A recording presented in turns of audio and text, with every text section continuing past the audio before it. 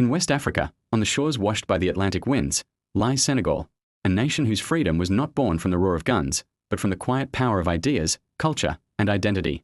And at the center of that intellectual revolution stood a man unlike any other African leader of his time. Léopold Sédar Senghor, the poet-president, the philosopher of African dignity.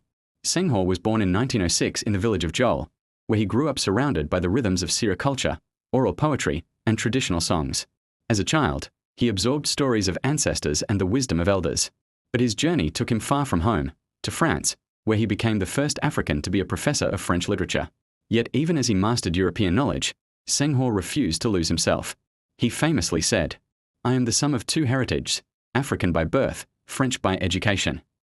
While many African struggles for independence were fought with rifles and uprisings, Senegal's battle was different. It was a fight for identity, a fight to prove that Africa had its own philosophy, its own intellect, its own soul.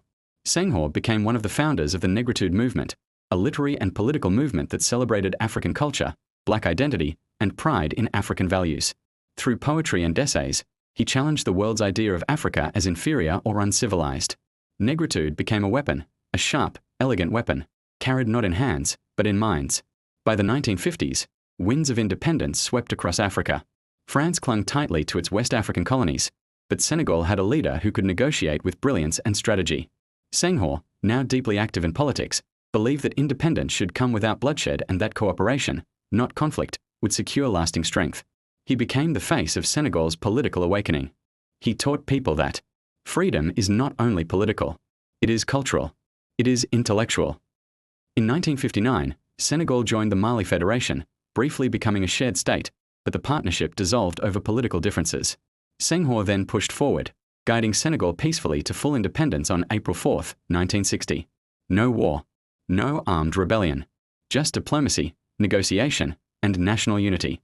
Once independence was won, Senghor became Senegal's first president, serving for 20 years. But unlike many post-colonial leaders, he did something extraordinary, something almost unheard of in early African politics. He voluntarily stepped down in 1980. His leadership left behind a legacy of stability, cultural pride, and intellectual strength.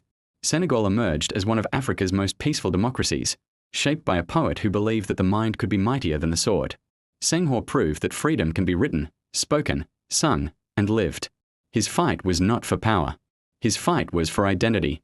And today, Senegal stands tall as a nation where culture and independence walk hand in hand, a testament to the man who freed his people with words.